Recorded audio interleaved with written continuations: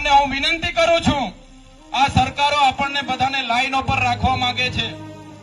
આજે 5 કિલો ચોખા અને 3 કિલો ઘઉં માટે આપણા લોકો 2-2 દિવસ લાઈનો પર રહે છે। સાથીઓ પશુ પણ, ઢોર પણ, કૂતરા હોય, ઢોર હોય, હાથી હોય કે ઊંટ હોય, એમને પણ પ્રકૃતિ ક્યાં ને ક્યાં એનું પેટ ભરી દે છે ને એ પણ ભૂખા મરતા નથી। ત્યારે આપણે પણ ભૂખા મરવાના નથી। આપણે પણ આ 5 કિલો ઘઉં ને 3 કિલો ચોખા માટે લાઈનો પર રહેવું પડે એવી મજબૂરી આ લોકો પેદા કરી છે।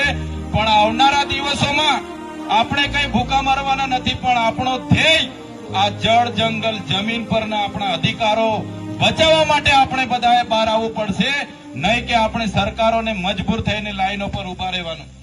આજે આધાર કાર્ડ અપડેટ માટે આપણા લોકો બધા લાઈનો પર છે, રેશન કાર્ડ કેવાયસી માટે આપણા લોકો લાઈનો પર છે, આજે ખેડૂત રજીસ્ટ્રેશન માટે આપણા લોકો લાઈન પર છે।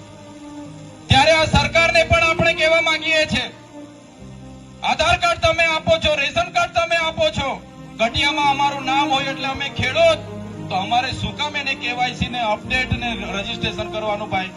એના માટે શું કામ અમારે 2-2 મહિના લાઈનો પર ઉભા રહેવાનું? એક બાજુ સરકાર એમના પાર્ટીના રજીસ્ટ્રેશન કરાવવું હોય, પાર્ટીના સભ્ય બનવાનું હોય, તો આ સરકારો કહે છે કે ભાઈ તમે ઘરે બેઠા મિસ કોલ મારો,